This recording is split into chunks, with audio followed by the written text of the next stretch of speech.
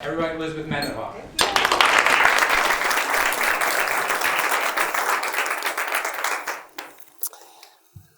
If you need to know, the bed next door at the hotel is awesome. So having slept in a lot of beds traveling around, I get to know that. So you came this morning, you had said unicorn real estate. You were like, oh my gosh, what's this going to be? I promise you it's not an entire morning of rainbows and unicorns and snowflakes and glitter and things like that.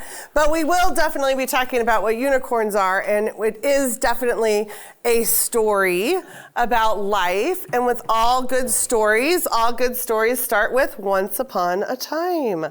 So once upon a time, I was a little girl, right? 5 years old, loved office supplies.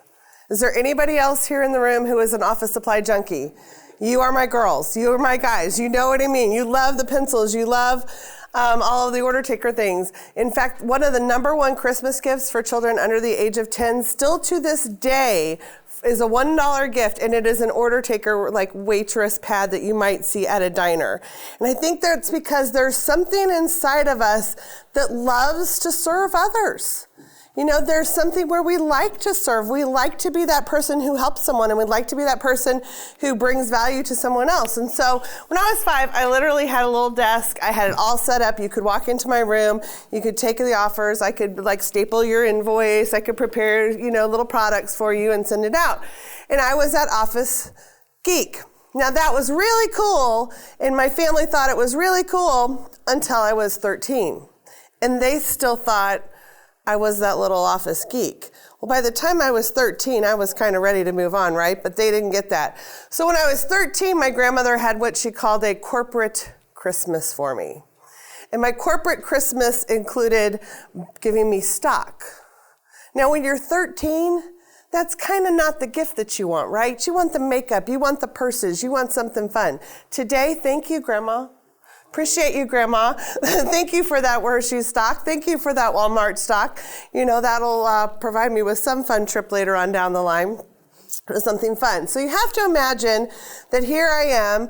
I'm this, little, still kind of geek. My grandmother was a realtor. I'm a 6th generation realtor from Columbia, Missouri. So I grew up, we're either all completely insane or we absolutely love this business. We started in 1894, kind of grew up along the way. At one point we had 2 companies because my grandfather and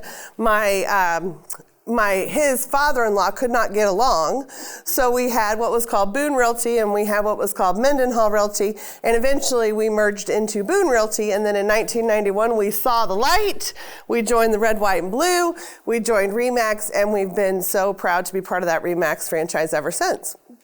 So in our marketplace, we are very, maybe similar to you, maybe not similar to you in instances, but our average sales price is about $190,000.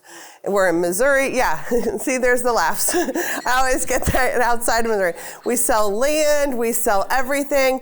None of my agents really want to specialize in anything because they have to do everything in order to make a lot of money. So my daily job, as I say, is working with agents and trying to make sure that they can be more successful and figuring out how their businesses can be more successful. And then my night job that I've done for the past about 4 years now is volunteer for the National Association of Realtors. So if you have any questions on that, I can certainly answer those questions, but I love my day job being a broker. So going back to this, geek, one of the things that I got to do, being part of being a National Association of Realtors president, is we have a partnership with Realtor.com.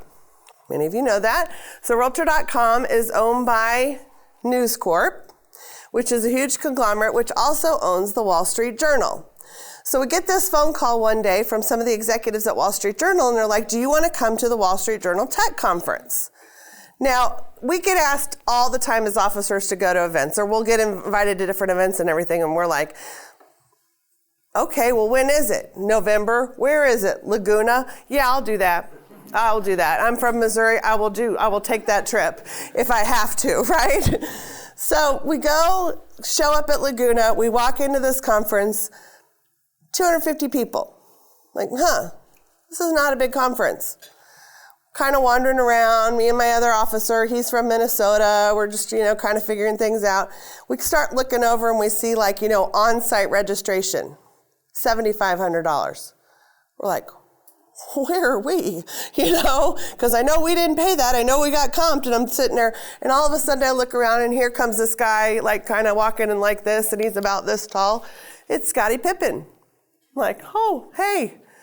He sits down. He's a participant. He's not on stage. Like, well, this is getting more and more interesting. So then I sit down in my seat, and it's a small room, and the room literally is, it's only about, maybe twice this size, 2.5 times the size. And I sit down to this guy, and he looks like he's probably, I don't know, maybe 32 at the oldest. And I'm like, so what do you do? I think he asked me that first. What do you do? I'm like, oh, well, I work at Remax. He's like, oh, in Denver? No, no. Where? In Missouri. Oh, are you part of corporate? No, no. I'm a realtor. With Remax. In corporate? No. No, I've got an independent office in Missouri. He's like, okay. I'm like, what do you do? He's like, I'm retired. Well, what did you do? I wrote the first app for Apple ever. I'm like, okay, all righty then. And now all of a sudden we start to realize, and we're asking around, everyone in the room is a billionaire. Everyone in the room is a billionaire. This is the tech of the tech, the top of the top, the biggest of the biggest. And so the speakers on stage were just absolutely amazing. And we're listening to what's happening in Silicon Valley and how Wall Street Journal is participating. And it's really cool if you ever go to a conference where all of a sudden reporters are interviewing people. It's one of the best things ever because they know how to do a really, really good interview. So one of the women gets up on stage, and she's the reporter, and she's interviewing this woman by the name of Eileen Lee. So when Eileen walked on to the stage, the entire room stood up and started clapping and cheering. I'm like, who's Eileen? Okay. But she kind of comes up and she's doing this, and she gets up on stage and she sits down and she's like, hey guys, hi, oh look, hi, oh look, hey, it's you, oh, we're so glad you're here. She is the rock star of the world. Eileen started a company called Cowboy Ventures. And she is a venture capitalist, and she has invested in many of the people who were in the room. Eileen coined a term as she starts talking about a unicorn company. Anybody ever heard of a unicorn company in the tech world? She started it. She started this term. It's a company, it's privately owned, it's a startup with a market valuation of an estimation of $1 billion or more. So this is the top of the top. These are the companies who come in, they skyrocket to the top. These are the companies that you think of. Everyone wants to be a unicorn company. And Eileen is famous for not only coining that term, but also investing in the most companies which have become unicorn companies. So she's up there and she starts talking about, different characteristics, and she's saying, well, what makes a unicorn company? And there are these different characteristics that make unicorn companies of what she's looking for when she starts to invest in tech companies. And a lot of them are things such as the leaders of the company, what the values stand for the companies, and she starts outlining them. And she talks about the fact that of these companies, no one who comes in has just jumped in to the tech world. They didn't just walk off the street, coming from, working at the bus station and all of a sudden had this great idea. Most all of them have all worked in the industry or worked in a similar tech industry. Most all of them have been part of some company before, but the one thing that they all have in common, they all have disrupted service industries. So of course, here my ears perk up, right? Because what is our ultimate service industry? And that is certainly real estate. And we know that everywhere we go, people are talking about how we're going to disrupt the service industry and how we're going to disrupt realtors, and why hasn't that happened and why hasn't that changed. So some of the other things she talked about is she mentioned that so far, the industries that have been disruptive have been one-sided. If you look at the travel industry, and everyone always compares this to the travel industry, right? It's one-sided. You buy a ticket, and the risk of the ticket is low. It's not a two-sided transaction. So the two-sided transactions are the transactions that involve attorneys. They're the transactions that involve homes. They're the transactions that involve two people. And nobody's really kind of gotten into that space just yet. The other thing that Eileen had is I told you how she kind of bopped up on the stage. She had the coolest shoes I've ever seen of anybody sitting on stage. Carl, what did you tell me that Olivier was? He was the polished one and you were the gangster. Is that right? You know?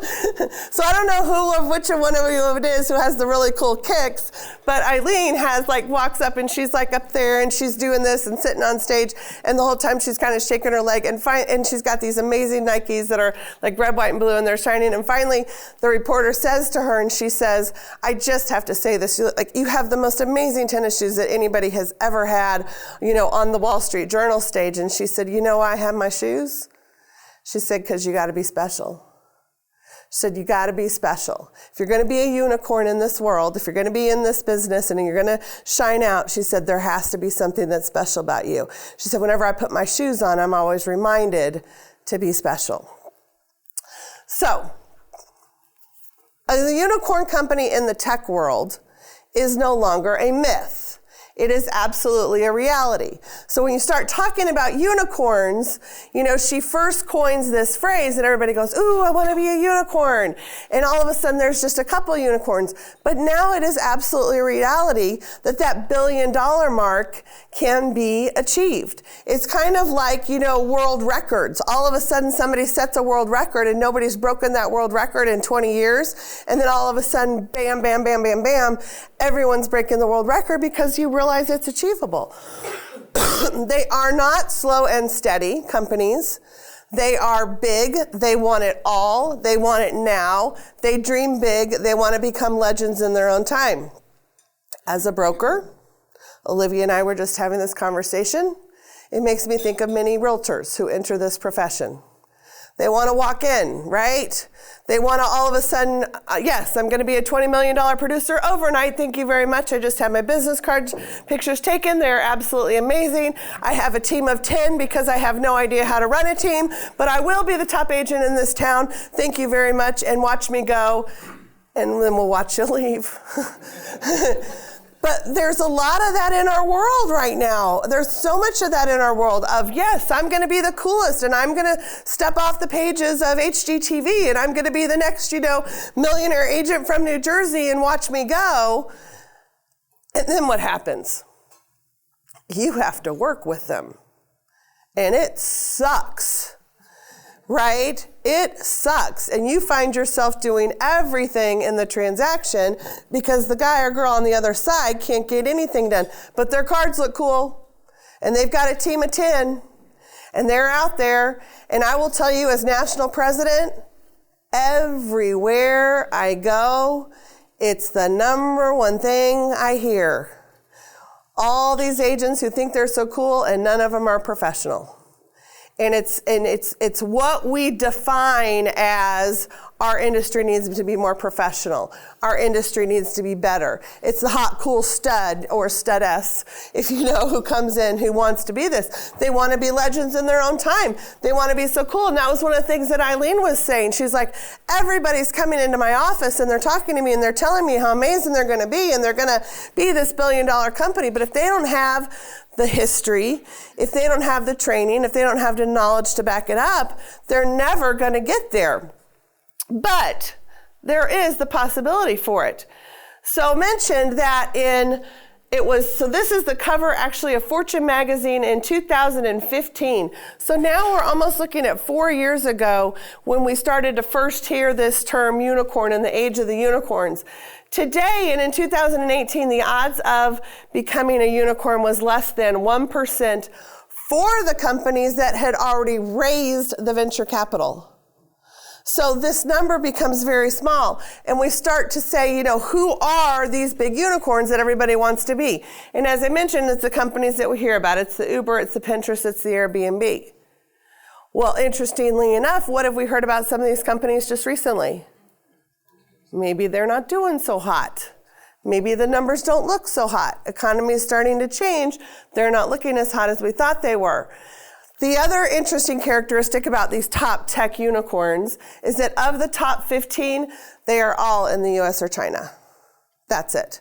It's the US or China, and it's it. And there's billions of dollars that are coming into it. So what does it look more like in our world of what a unicorn is? And I brought this slide today just to show you, because I talk about this a lot more when I'm talking with different associations and realtors about how hard it is to manage, if you will, lead, if you will, this real estate industry. And as an association, or even companies who are getting into this industry. In San Jose, it's a 1.3 median sales price. 990 in San Francisco. In Youngstown, Pennsylvania, it's 97,000. The difference in this country and all across the country of how we are participating and how we are playing this game is so vast and so different. There is no one size fits all solution. And so part of what I feel like is happening as we're going through this industry is we're seeing all these really big things happen, and we're seeing some of these unicorns in our industry. We're seeing the Zillows, we're seeing the DocuSigns, we're seeing the big companies that are coming in. And it's kind of like, it's very overwhelming as a single agent, right? To go, am I still going to be around 5 years from now? As a broker, am I still going to be around 10 years from now? But I will tell you, the thing that they can't get a handle on is that we're so different and we're practicing so different that there's so many different variables to this piece that we're a really hard industry to kind of get our hands on and disrupt or innovate in. In our world, again, what does it look like in the world of the unicorn? There are only 6% of realtors who earn $250,000 annually or more. They're in the RE/MAX franchise. Most of them are. Most of them are in the RE/MAX franchise. That's why we're here, to be surrounded by the successful agents. 26% earn less than $10,000. 1 out of 4 are earning less than $10,000. The median gross income, realtor income, is still $39,000. It may have jumped to $41,000, I think. These numbers I give to every new recruit. I don't think anybody got in this business, left a 40-hour-a-week job with insurance benefits to earn $39,000 as an independent contractor with self-employment taxes, with the insurance that you had to pay by yourself to do this, unless you needed some free time or just some free spending money, right? But it's a reality, and so we've got to address it, and we've got to know it, because you want to be better. We want you to be better. We want you to build that business within a business, and we know, what did you say? What did you call it? Micro commitments. That is my new favorite word of the day. With the micro commitments, you get higher and higher and higher on this. But it's, again, 6%, 250,000. So for those, I'm here off HGTV. Let's get real. How are you going to get here, and how are you going to get here quick? So back to the tech companies. I told you they were rare, but they were not Loch Ness Monster rare. There's not only one. There are 302 around the world. Their accumulated valuation is over, $1,000 billion. And in 2018 alone, 35 tech companies reached this status. So it's, again, the bigger get bigger. They get there faster, and then we see what happens to them, what happens to them down the way. Now, with Eileen said, as she started doing her discovery and as she started looking at the companies, she started realizing that they do have these patterns. So today, one of the things we're going to talk about are 4 different pieces of what it means to be a unicorn. The company, of which you are one. You are your independent company. The leader, of which you are one, the leader of your company, the team that you participate in, and then why were they able to disrupt? That service piece that really kind of digs in on that. So as far as the companies go, and I know that Carl and Olivier, I know if there's one thing we can continue to drill into the heads of our agents, is that it's up to you. We can't want it more for you than you want it for yourself. You are a company. And it's the best thing about this industry. It's also the hardest thing about this industry, right? Because it's up to you. It's up to you to figure this out. Now, so for the companies, the unicorn companies, the first thing that they did, there's 4 steps to the companies, was they developed a meaningful, ownable value proposition. Meaningful and ownable, that they could own this value proposition day in, day out. Now, if you are here today, you were one of the first 100 who signed up. You probably regularly go to education. You are the superstars who come in. We love you as a broker because you always want to learn, but it also means you're probably always changing your value proposition, right? Because each year you're reinventing yourself and you're going, well, let's reinvent myself. Versus sometimes you just have to take a step back and say, I don't need to reinvent what I'm doing. I just need to continually do what I know that I need to do. And I think this time of year, when you talk about doing grand business plans and steps and all the different things, there generally isn't anything on there that you know you shouldn't already be doing, right? It's just a good time to kind of go back in and kind of refocus on what you're focusing on. Not change your focus, but go back and look at that value proposition and say, can I own this? Can I go out and can I say to every client that I know that I own this and this is the value proposition that I want to do? Number 2, they relentlessly evolve. That is the absolute best thing about being a realtor and being a single entrepreneur is you have the chance to evolve it. Not shake it up and totally destroy it, but evolve it as it starts to hit the industry. You know, in today's market, we talk about it. A lot of companies are not planning past 6 months because they don't know where the next piece is going to be or the next big thing is going to hit that's going to change our marketplace. So continuing to evolve the value proposition became a real critical step for what those top unicorn companies need to be. The other thing is they focus on their key consumer group. How many of you think you have a strong key consumer group that is different than the person sitting next to you? Few hands go up. Are each of you individually different? Do you each have individual differences of things that you like? Where's the runners in the room? Any runners? They're running. They're out running. No. What were you going to say? I was saying sometimes. Sometimes? Yeah. Who are the moms? Got some moms. You know, who are the volleyball players? Anybody? Who are the motorcycle junkies? Got guys who have the motorcycles, hot rods, cars? You see my point, though. You all have these amazing differences amongst you with these definable key customer groups that have to be different than the person sitting next to you. If it's a dog lover, are you the bourbon person? You know, do you love the fact that you love doing monograms? Whatever that may be, start dialing in on that really, really strong and finding what your key consumer group looks like or customer group looks like because it has to be different than the person. If it's general, if it's just everybody, you're never going to get just everybody. Everybody doesn't want a general realtor. They want you. They want you because you're amazing. They want you because they like you. And then they want to refer people who like them to like you. So think about this one and really focus in on that key customer group. Number 3, they recognize failure and they move on.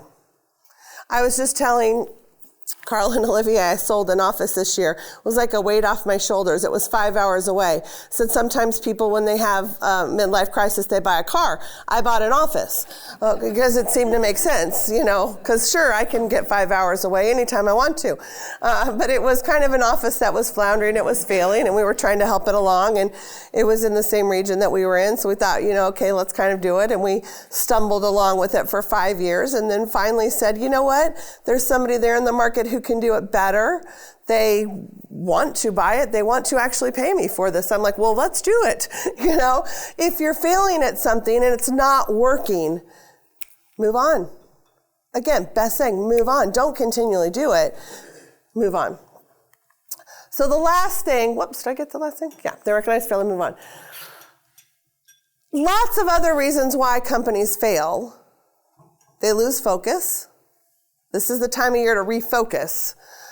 They lack motivation and passion. And again, Carl said it was a great word. This is an emotional time. Sometimes as kind of the market changes and things, we have that losing the motivation and focus. Too much pride is, we know that too much pride sometimes can get in our own way when we're needing trouble. Sometimes we have to reach out to those clients and say, hey, I need some more business. Because again, what is that number one thing that little kid wants for Christmas? The order taker pad.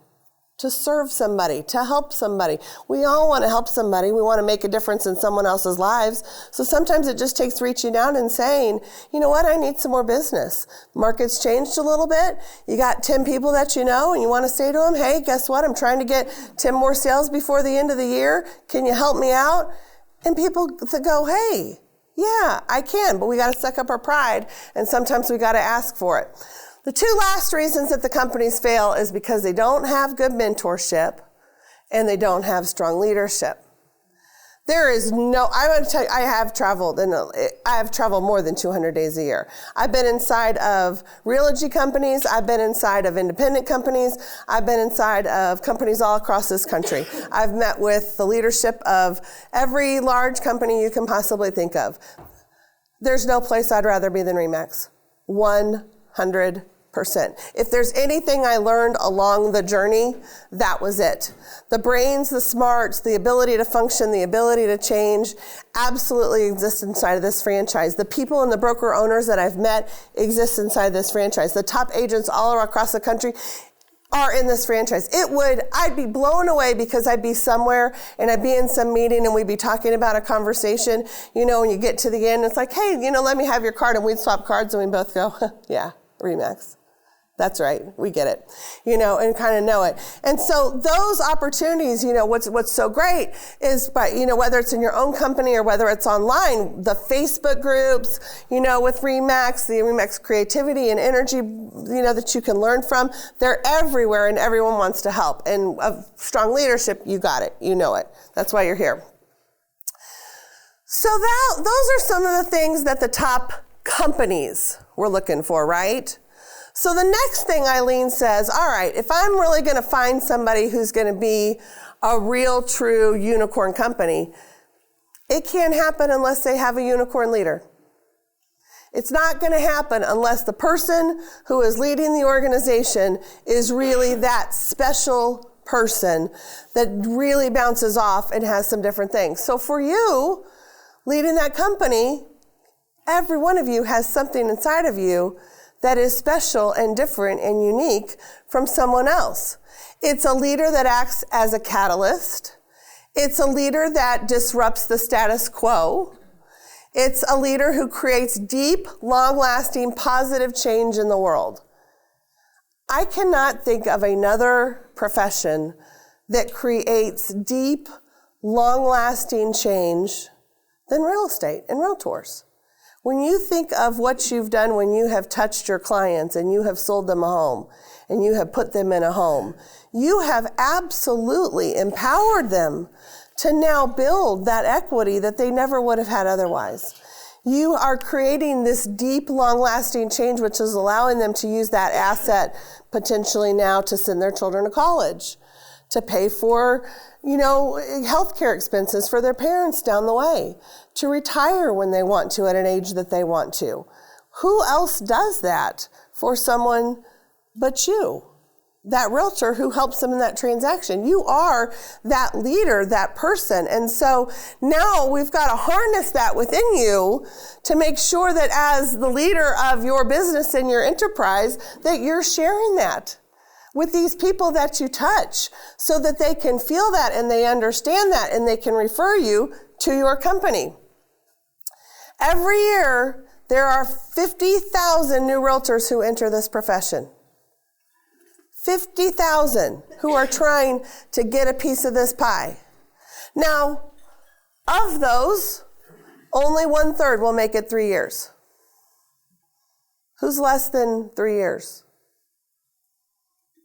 We're fighting for you guys. Let's go. Come on, let's go.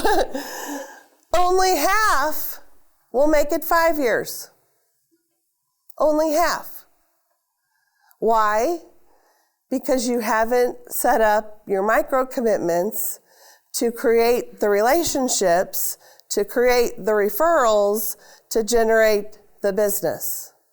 Single-handedly, I can tell you that I am always amazed every year. There is somebody in my office who comes in and says, I can't believe how easy it got this year. I can't believe how easy it got. Now, it used to be that realtor would come in about the 5th to 7th year. Because at that point in time, sellers moved on the average of every 5 to 7 years. Today, they're staying in their house longer. They're moving on to the average of every 9 to 10 years. So it's going to take a little bit longer. But if you're willing and you want to ride this out, I bet at 9 to 10 years, you have that moment where you go, wow, all of a sudden it just got a little bit easier. The one question that the unicorn leaders asked that she always found from everybody was, how can I change the world and have an amazing time? Guys, we cannot do this business if we don't have fun. If you're not having fun, change up the way you're doing the business. There's so much fun that you can have in this business. There is so many ways that you can touch people's lives, right? You know, I mean, it's fun to call up people and say, hey, I just stalked you on Facebook. Oh my gosh, it looked like you had a great time at your children's soccer game last night. You don't know what to say to a client. You don't know what to say when you call them up. Go stalk them. Go find out what they just tweeted about. See what they put on Facebook last night and go, oh my gosh, that's awesome. You don't want to call them. You're scared to call them. Do what one of my best friends in Utah did. He sells 250 homes a year. He would get up every morning. He would call 5 people. He just woke up. He said, I got sick of it. He goes, I didn't want to call them. They didn't want to answer the phone. Every day he texts 15 people. Every day he texts 15 people. He goes on Facebook, he looks them up, and he comments on their Facebook feed. That's all he does. He says 100%, and he says, if I haven't done my texting, he gets depressed, he gets upset. He doesn't say, do you want to go buy and sell homes? He's just checking in. Hey, check it in. Hey, looking on your Facebook, haven't seen you in a while. You know, all those different things. So again, as an entrepreneur, this is your business. You chose this business. Hopefully you like it. Hopefully, if you don't, that's another seminar Carl will bring someone in for. You know, I don't know how to help with that one, right? And then how do you have an amazing time doing it? How do you have an amazing time doing it? For me, part of this journey and this amazing journey, and I have to give this plug, has been volunteering for the association because it gives you a little bit of a balance. It gives you the balance of working with your clients, and then it gives you the balance of working in the profession.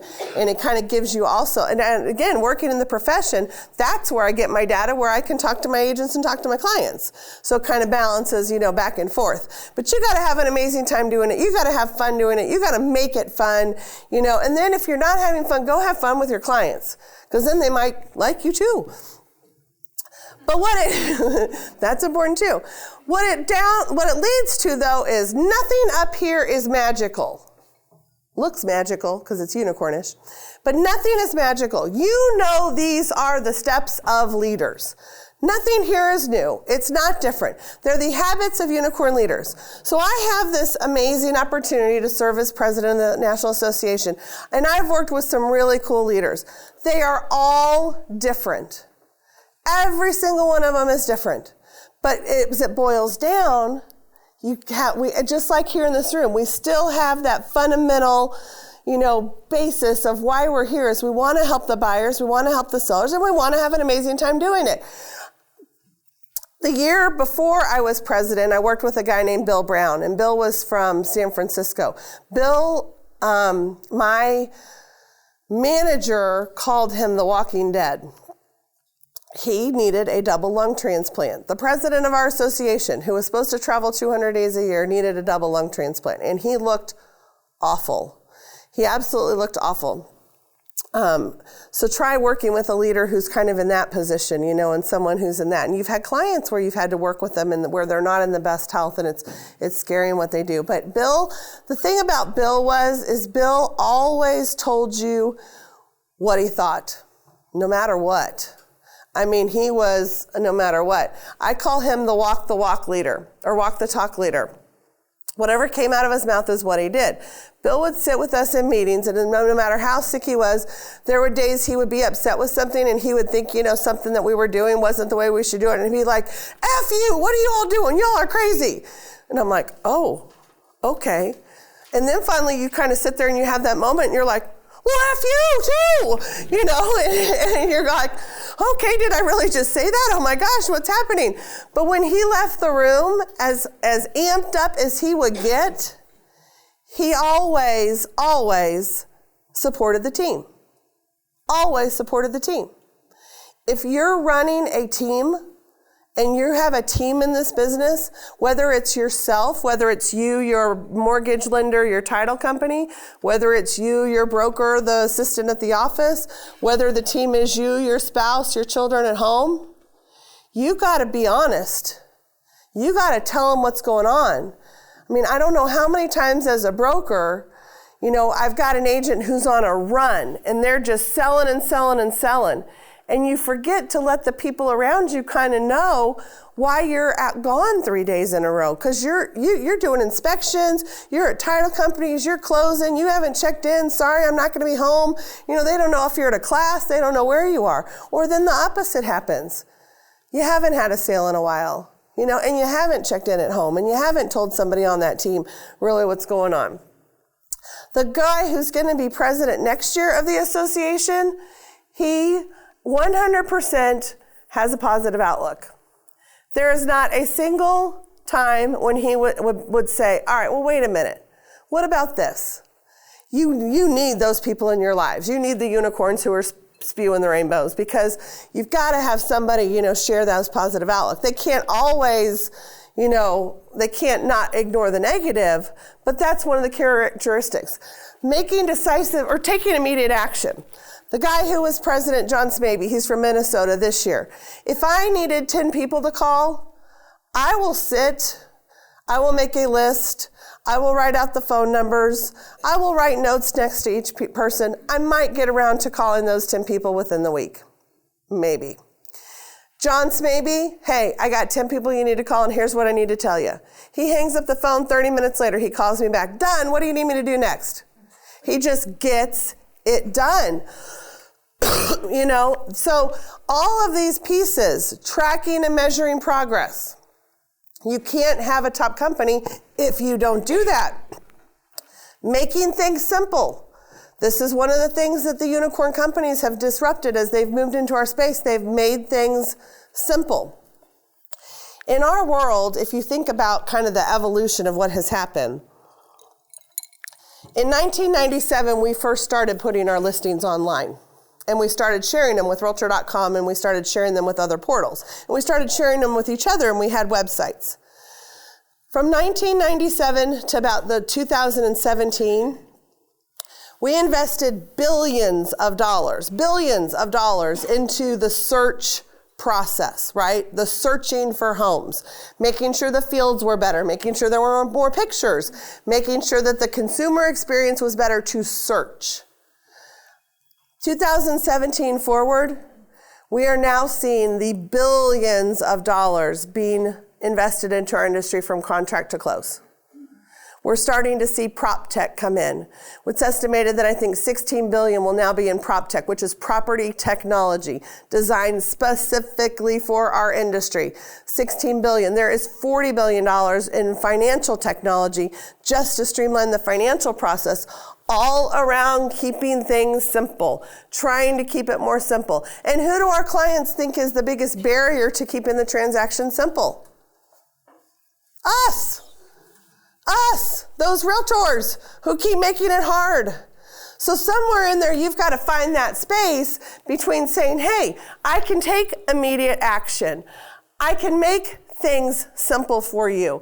I can connect and care and communicate. The number one thing we know that we have to do more and more and more and more of. I am consistent, which I know is another big word that we have to focus on, that I'm consistent with my skill sets. And guess what? I am productive, but I am not too busy for your service. I am productive and I am not too busy. So the habits of the unicorn leaders, that's what we have to embrace in order to lead our unicorn company.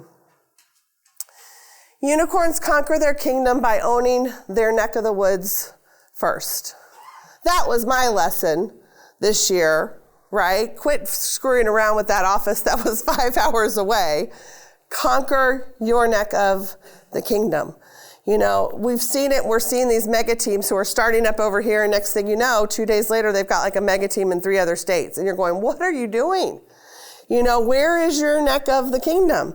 Where's your neck of the woods? Where are you finding that little spot, you know, that is yours, where that person knows that that person is you?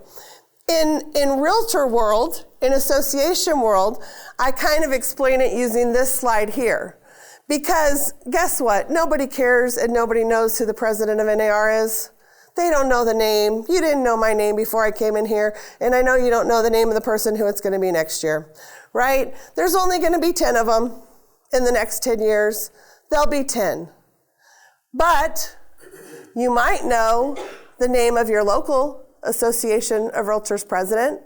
And in the next 10 years, there's going to be 11,000 local Association of Realtor presidents across the country who define and shape what it means to be a realtor for all of those realtors who are in that association.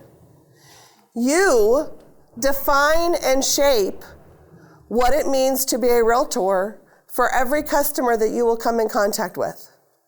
If there's one thing that we need to do to improve our professionalism, it's every single one of us has to be more professional. Every single one of us who touches that client has to be more professional because we are the only thing they think of. My greatest fear is that Bill Jones totally screws up in Duluth, Iowa, and it goes viral. Because how on earth do we control the message when Bill Jones just totally blows it and screws up in Duluth, Iowa? Because that's what'll happen. All 1.4 million of us who are so proud to carry and wear that name Realtor, it hits us.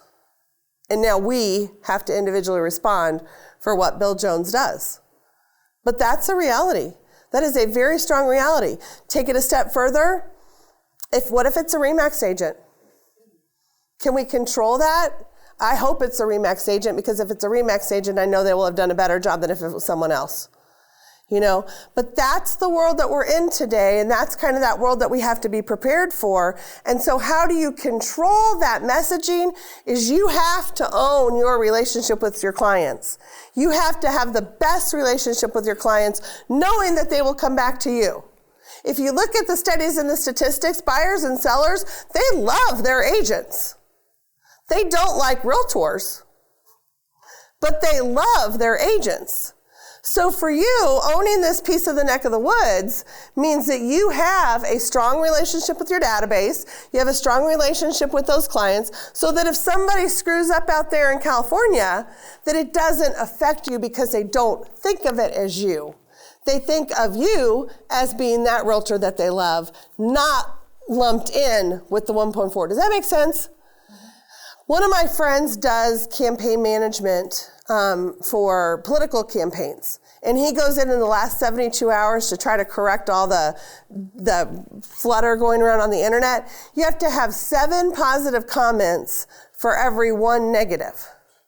7 positive for 1 negative. So if there's one thing that I could leave you with here today on this piece of it is go out, get your ratings, get your reviews, get as many as you can. It's a great time of year to do it. And build that up so that for one thing happens, if one crazy person out there happens, you've kind of already built this strong army of people who are kind of around you to do that. So the third piece of the definition of the unicorn then comes in the team. We've talked about the companies. We've talked about you as the leader and how you need to be the leader of your companies. But the last piece is really that team piece. And it's that team piece that really makes it all come together, that really brings the magic together when you realize that you have a team. But one of the things that happens in looking for teams, and it's a phenomena that happens in the world, is that we are looking for other unicorns.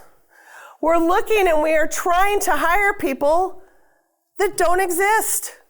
We're looking for this mythical candidate. We're looking for this mythical client. We're looking for this person who has absolutely everything. And guys, none of us have it all. None of us have it all. You're looking for that client who comes in and it's like, wait, I want the client who's going to pay, buy the $500,000 home cash and, has no contingencies and no house to sell. That's who I want to work with. Well, I do too.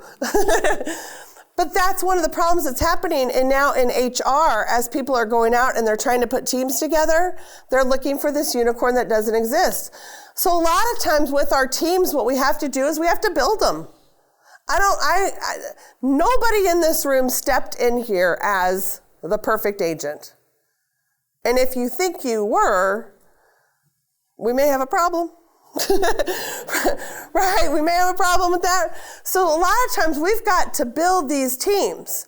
And if you're thinking about building a team, you have to build it. You have to invest in it. If you're going to bring somebody on, you're going to have to train. You're going to have to teach. But what we do, and I can be the worst at it, we're expecting that person to come in and just all of a sudden take care of it all with their magic wand because they sounded good in the interview, right? And they're going to come in and they're going to be amazing and they're going to do everything right. And if you're on a team and you're working with somebody, you know that that's their expectation of you. And you're like, wait, can you show me how the copier code is, please?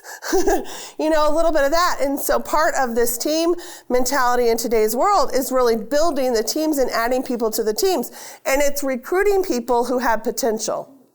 It's recruiting people who are going to come in on your team who may not have it all together. They're going to need some training. They're going to need some help. They're going to need to learn, and they're going to recruit people who sometimes have a little piece of that to come on.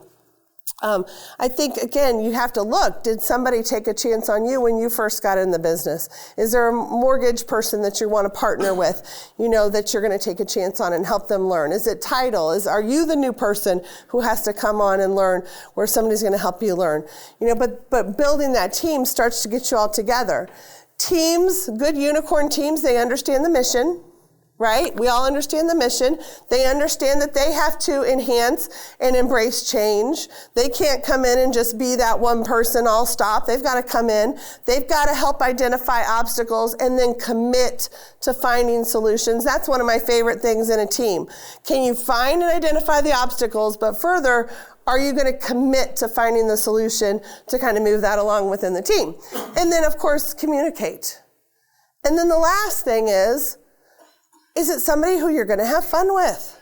I have a top agent right now. I love him to death.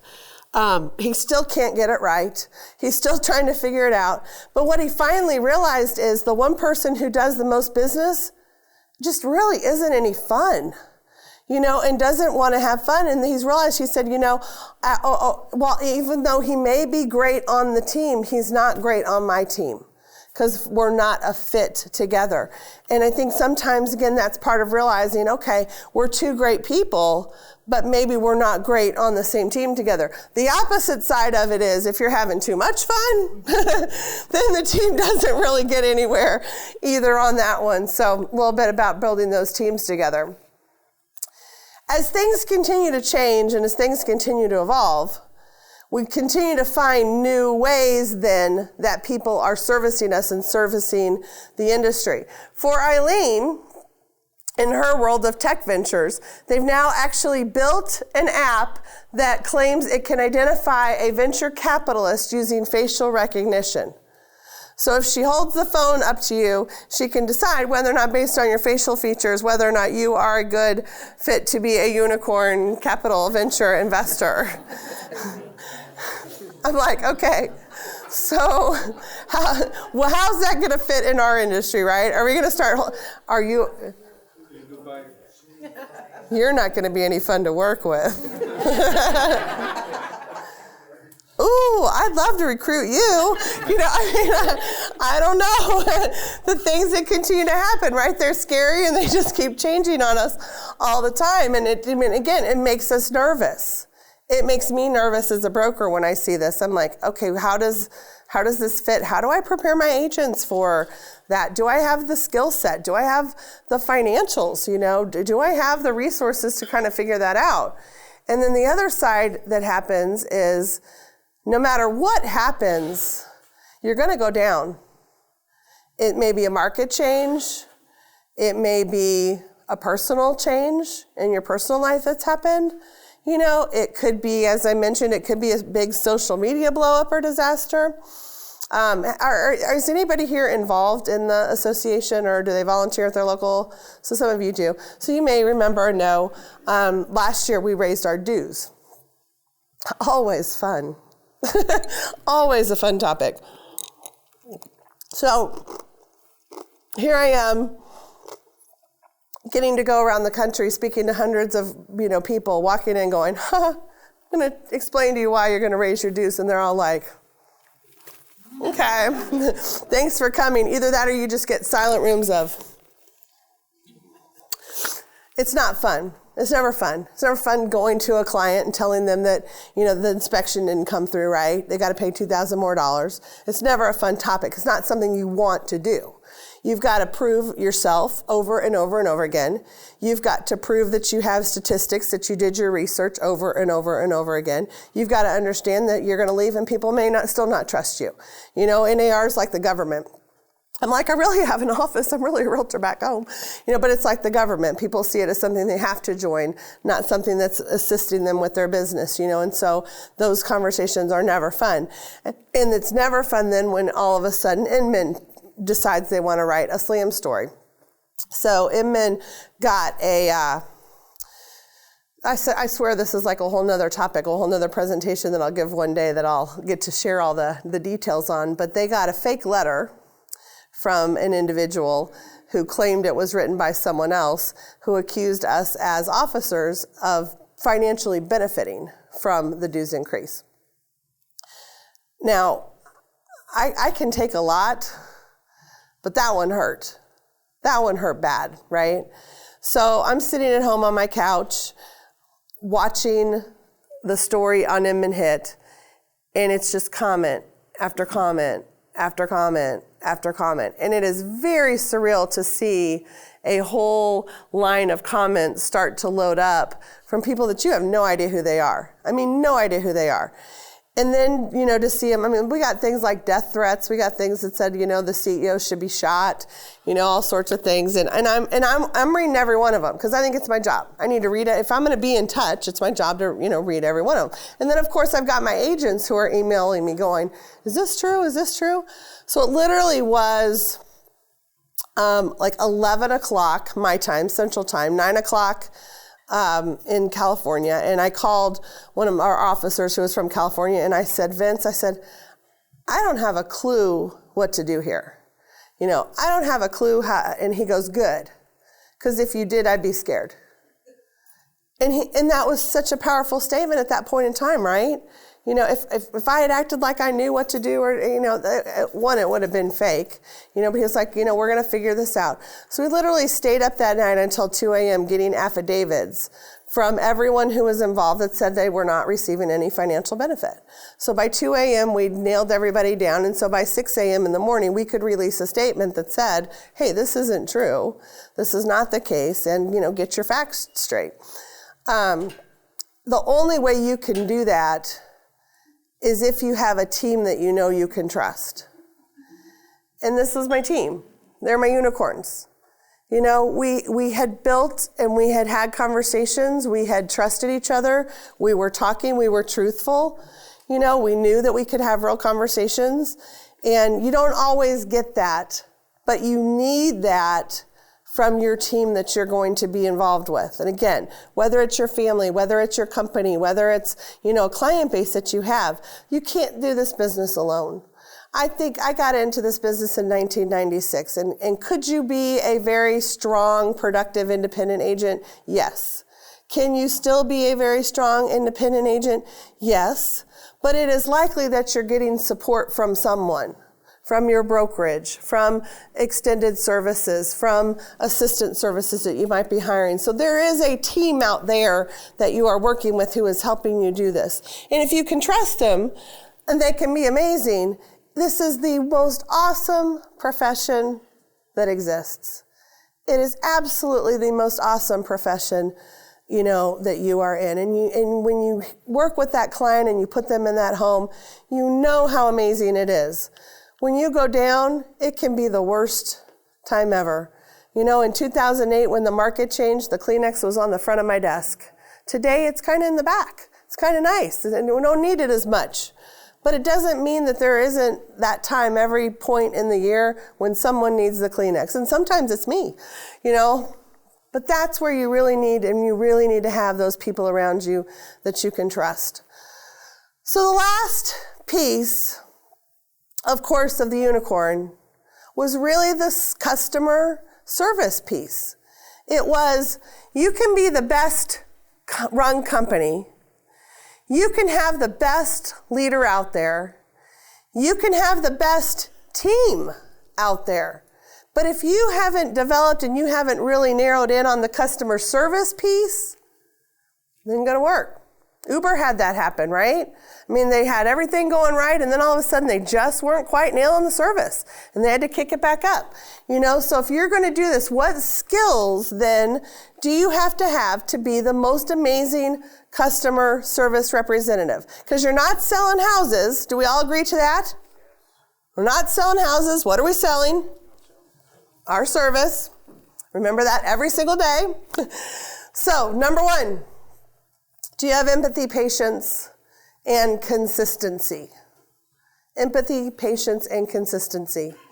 Don't you feel like these are some of the skill sets that seem to be lacking a lot? Some customers, they're going to be irate. Unfortunately, the empathy and the patience, it's with the customers. That's gone out the window.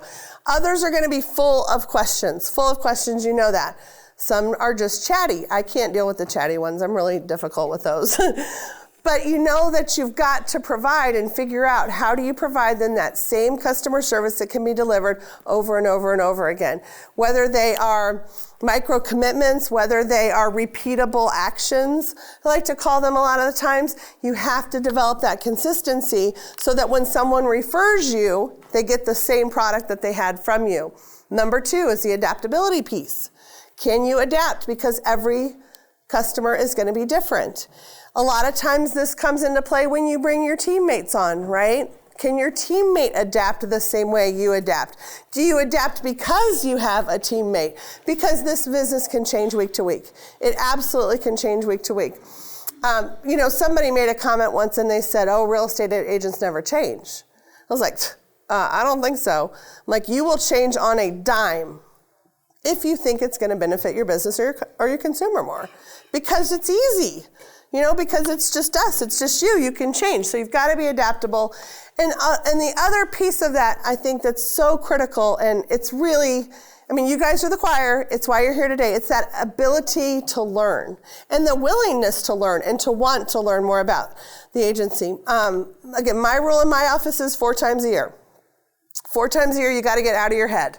You got to go to a conference, you got to read a book, you got to, anytime somebody comes in and they're struggling or what's happening and they're thinking different things, I'm like, what have you done this year to get out of your head, to think a little bit differently, just kind of to challenge yourselves and kind of do that.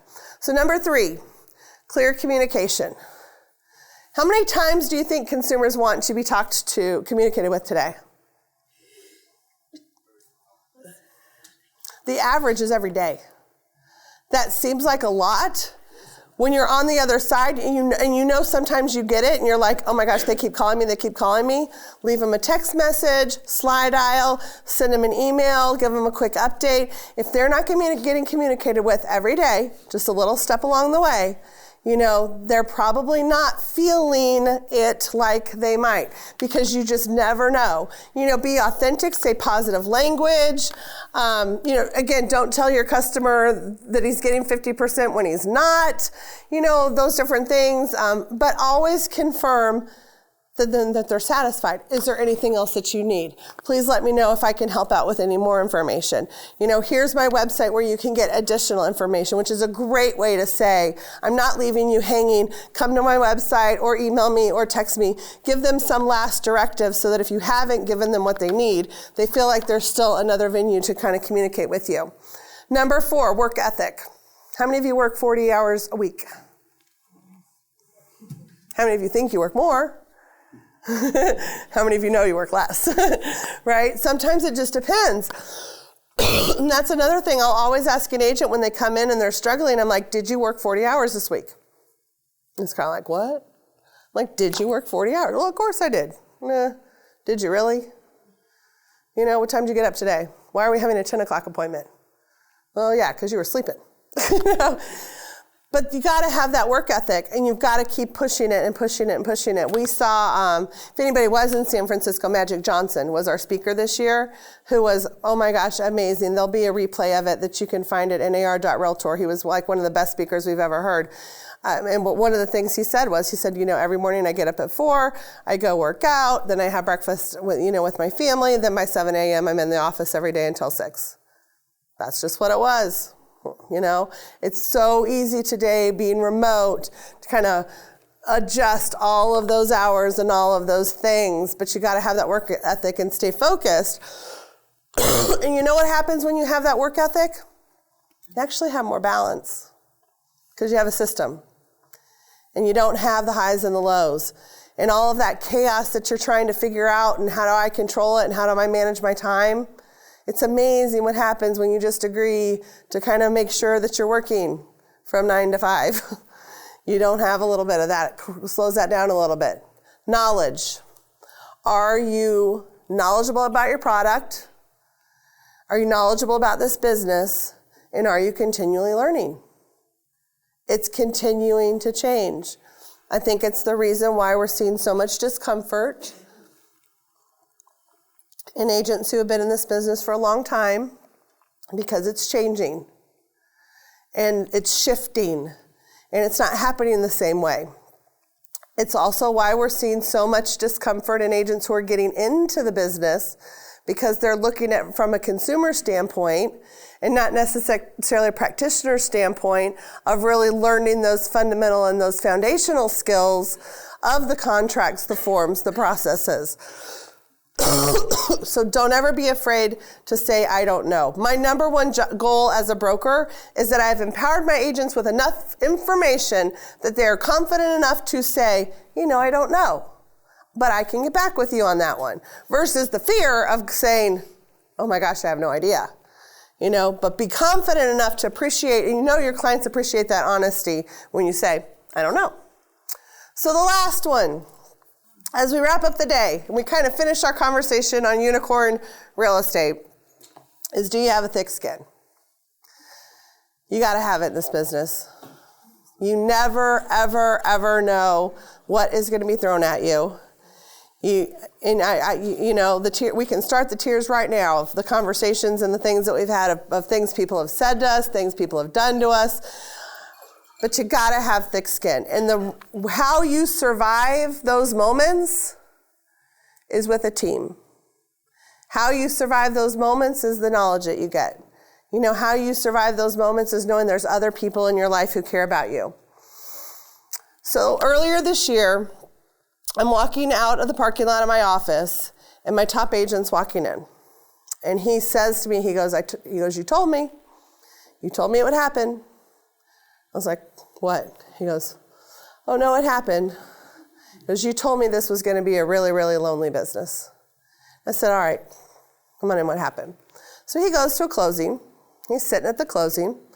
Across from him is the other agent.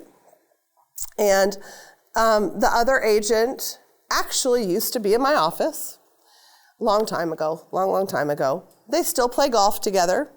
They have some, mutual social time that they spend together. So they get in and they're like, hey, dude, hey, yeah. Okay, great. They're closing on a $750,000 house. Now, remember what I told you earlier. In my market, $190,000, right? $750, this is a big deal. It's a really big deal. So they're sitting down at the table. And he doesn't know if it was Facebook or if it was a mistake, or sometimes you just screw up when you have different things on your mind. But the agent on the other side of the table started a group message in Facebook with some other agents in his office. Maybe by accident, he typed in my agent's name. So the other agent on the other side, who also is a broker, by the way, starts typing, and somebody says, oh, I'm at a closing. Oh, who's it with? My agent's name. Sucks to be you. Absolutely. You know he never shuts up. He's so full of himself. Someone else types in, yeah, sucks to be you. And meanwhile, my agent is reading this entire thread. So my agent sends back and says, yeah, sucks to be you, especially when you realize the agent's sitting across from you reading the thread. And he says he looks up and the guy just goes white, just totally white. All we need to do is be kind to each other. You know, being kind solves a whole lot of problems in this world. A whole lot of problems. It solves your prospecting problems because you're out there being kind. It solves the professional problems because we're kind to one each other, you know, on the other side of the table. You know, the whole time he's telling me this story, I'm thinking, well, he's never going to that company. You know, I'm like, okay. But, you know, it was one of those things where it was just a reminder of just absolutely be kind, you know, and to know that you have a team. And, you know, and I looked at him and I said, you know, you're right. I said, at this moment in time, all anybody needed to be doing was to say thank you. You know, here's a transaction. It went well. Everybody's ended up at the closing table. Buyer and seller are happy. It's a big closing day for everybody. You know, you just need to be thankful. So you know, this business can feel very, very alone sometimes. But you have this amazing team. Please know, I mean, Carl is right. We met over making ravioli. But it was a fun time, you know, and when I got to find someone else who I knew that was going to be on my team, you know, and that was a very special day. I want to remind you that you are special. Don't ever forget that. Anybody who decided to enter this profession to help someone else the way you do, you are extraordinarily special. And don't ever forget to tell each other that throughout the day as you are having, you know, those conversations and stuff. If all else fails, go get yourself some fancy shoes. That's what I leaned in. I have some shoes like this, little unicorn shoes you can run around and walk in. Makes you feel good, gives you a little pep in your step, and everybody goes, what on earth are you wearing? So it starts a conversation, right? And of course, this last quote is kind of, again, the quote to wrap it up. And it was so funny because when I was talking with Olivier, he goes, there's no magic out there. And I was like, but I'm going to talk about magic. The path of the unicorn, it's never complete.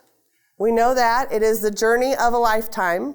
This business is the journey of a lifetime, and it is creating a wonderful life for so many people, especially you.